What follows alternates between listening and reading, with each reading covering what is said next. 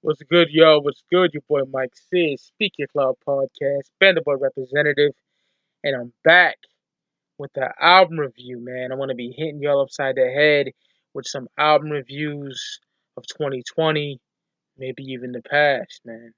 A lot of these albums that have been coming out lately have been absolute fucking fire. They're on the playlist. They played every damn day.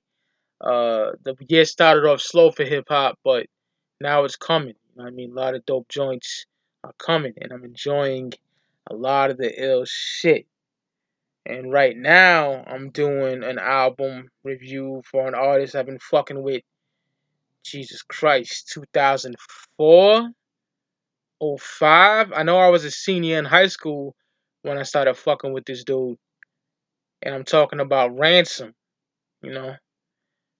Let's do a little story how I got into Ransom. I got into Ransom from the DJ Clue mixtapes, man.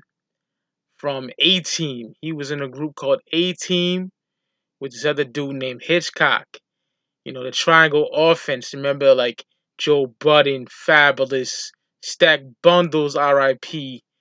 And they were just killing shit. You know what I mean? I remember a line on an A Team track when Ransom was like, I'll leave you pond the river like the Elephant Man and shit. Fire shit. You know? And then around '07, I think it was, he came out with his Pain and Glory mixtape, and that shit was absolutely insane. My nigga Ray, we used to bump that shit all the fucking time. Hold your head to my nigga Ray. We bumped that shit like crazy. Pain and Glory was my favorite project from Ransom before these director cuts came out, man. You know what I mean? And the beef with Joe Budden and all that shit. I've been fucking with Duffel Bag since then. You know what I mean? Diehard Ransom fan. I think Ransom is top tier lyricist. He can be in the same fucking bracket as a fucking Royce the 5'9", a Pharaoh Monch. You know, in my personal opinion, like that's how much I love Ransom. The dude has punches for days, just amazing. You know what I mean? And director's cut, volume 1 was fucking stupid. That Pulp Fiction is crazy. Produced by Nicholas Craven. He did all three of the director cut scenes, you know. Um, Director's cut scene 2 was fucking amazing, you know. Great project. But this director's cut scene 3 is my favorite out of the three. It's fucking incredible. It's a top 3 album of the year so far for me. This shit is absolutely incredible. Let's get right to it though, you know what I mean? We get the Candyman Farewell to the Flesh. The track starts off with a clip from Candyman. Ransom comes out the gate spitting straight bars. A violent felon that was cursed with stardom. Screaming life's a bitch, so fuck the world. That's how you birth a problem? Like, dude is a fucking monster. The production by Nicholas Craven is elegant on here. Absolutely love that track. You hear like the bees buzzing and like all about Candyman and stuff throughout the album. You hear that, you know, amazing shit. Candyman is one of my favorite movies too. Horror shit, fire. Then we get Blackula, some blaxploitation shit. Never even seen this movie. Every track is named after a movie on this. Director's Cut Scene 3. Blackula featuring the Mussolini. Ransom displays superior lyricism on here. Just sit calm, cause the wrong cast can lead to the bandages. Like, that's a super amazing double entendre, you know? Sit calm, cause the wrong cast can lead to the bandages. Like, you know, get it, sit calm, cast. Like, that shit is crazy. Amazing double entendre right there. The production that Nicholas Craven laid down is crazy, you know what I mean? On this track as well. One of my favorites on the album, that Black Go Hard. Then we get JD's Revenge. Love that movie. Black exploitation type horror shit. Great movie. If you know Ghostface Iron Man, you know Ray and Ghost are watching that in the beginning of my favorite Ghostface Killer song of all time, Wildflower. You can hear and sample that. JD's Revenge featuring Rashid Chappelle. I think I said Campbell, my bad. Uh, I reminisce when that shank was taped to my right leg.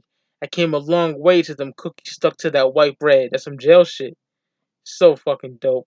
They say a proper burial ground is what a death deserves. But how you 6 feet underground and never left the curb? Like, oh my goodness. So many quotables on here. It's unreal. Rashad Chappelle came through with a decent verse. Another beautiful beat from Craven, man. Dope shit, man. Then we get From Dusk Till Dawn, dope movie as well. Featuring RJ Payne. Just a bar you to death banger. RJ Payne dropped a fire verse. I'm not the biggest RJ Payne fan when it comes to music wise. I think he's a good guest guy. You know what I mean? And he just has absolute fucking crazy bars. And I know the hip hop community is gonna probably shit on me for that, but I don't give a fuck. That's my opinion. He releases his albums like in such poor quality too, like a 128 kbps. I bought one of his projects, physically gave him money, and it was terrible sounding. You know what I mean? I couldn't really enjoy it. He's not on streaming. I'm not trying to shit on RJ Payne. The dude is a fucking monster lyrically, but music wise, like album wise, I'm not really into him. But he did kill his motherfucking verse. You know, real dope joint from Dust Till Dawn. Then we get I Am Legend. I Am Legend is a superb track, one of my favorites. You know, Rand asking, what if this happened? What if that happened? If things be different? Like, what if they ain't destroyed Michael Jackson and say he touched kids, you know? So fucking dope. Let's say if Don King wasn't breathing and maybe Cuss lived, you know, Cuss the model, Mike Tyson's trainer, you know? What if Pac and Baby Lane wasn't in that lobby in Vegas? You know? The game is on hold, but the poor screen never faded. There's morphine in your playlist. This nigga is crazy.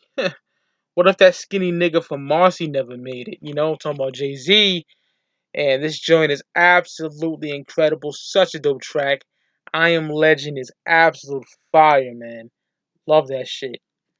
Then we get Misery featuring 38 Special. Jesus Christ.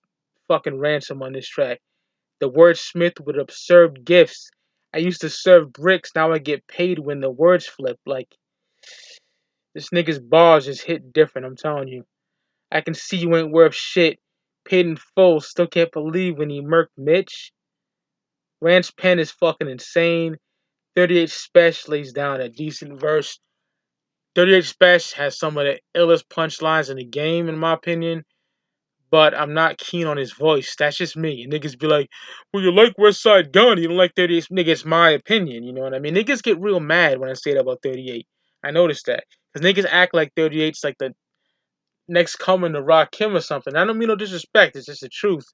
And shout out to 38 Special for signing Ransom to the Trust movement. You know what I mean? And 38 Special ain't really whack. It's just his voice, man, you know? But it is what it is. The Misery track is fire. Then we get Hereditary. Ransom talks about the recent horrific events, like the murders of George Floyd and Breonna Taylor, the death of Kobe Bryant.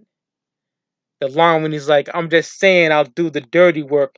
Never trust the words from a fiend's mouth on the 31st. That shit is insane to me. Hereditary, a dope track, terrific beat from Nicholas Craven. Then we get Gone Girl, elegant beat by Nicholas Craven. Rand telling a story of dealing with karma, but he's telling a story as if karma was an actual bitch, and how karma doesn't let up, you know? Mentions the passing of his brothers as well on the track. Dope track. Love that shit, man. Ransom and Nicholas Craven apparently never met. That's what I'm hearing. In an interview, shout out to PSA Hip Hop, you know, Dre and Sean over there. I think he said it on that interview. Then we get American Hustle featuring Rome Streets. Rome Streets is one of my favorite rappers. I think him, J. Royale, and Ransom are some of the most superb lyricists right now. Um, when I was stuffing bottles, I looked up to Pablo. Amazing line. When I was stuffing bottles, I looked up to Pablo. Like, that shit is crazy. The beat is incredible. Rome Streets comes and body shit.